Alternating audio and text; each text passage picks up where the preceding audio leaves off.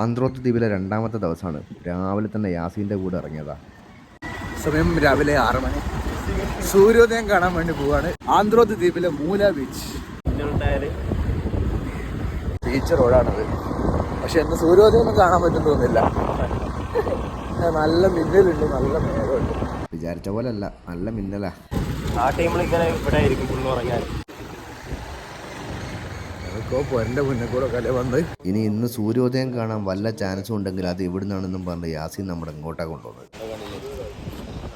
അതെ, ഏതാ ഇതിൻ്റെയൊക്കെ ഒരു ഓൻ്റെ മോനെ.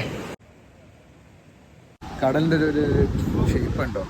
ഇവിടെ നല്ല പഞ്ചാര മണൽ പോലത്തെ സാധനം. ഇവിടെ കുറച്ചും കൂടെ പാറ. എങ്ങനെ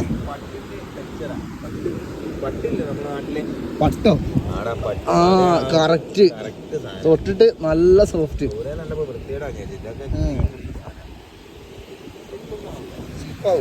ഞാൻ ചെരുപ്പിടാ. അയ്യോ നൈസ്.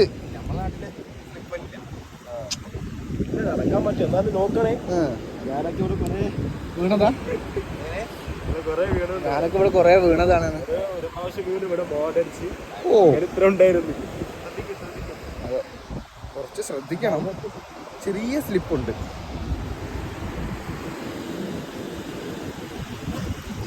അതെ അതെ പോകുന്നുണ്ട്. ഇത് വേറെ ടൈപ്പ് അല്ലേ? പൊട്ടിക്ക് പൊട്ടിക്ക് ഉള്ളു വെള്ളതാ. ഈ കവർ മാത്രമേ ഉള്ളൂ, ഉള്ളു വെള്ളം. ഇന്നലെ ഞങ്ങൾ വന്ന സമയത്ത് അവിടെ വരെ ആ ഇത് കണ്ടോ പച്ച ഇത്, അവിടെ വരെ പിന്നെ കടല് കയറിയതായിരുന്നു. ഇന്ന് അത്ര ഇല്ല, ഇന്ന് കുറെ ഇറങ്ങി. പക്ഷെ ഒരു 10-11 ആകുമ്പോൾ കയറുന്നാ പറയുന്നത്.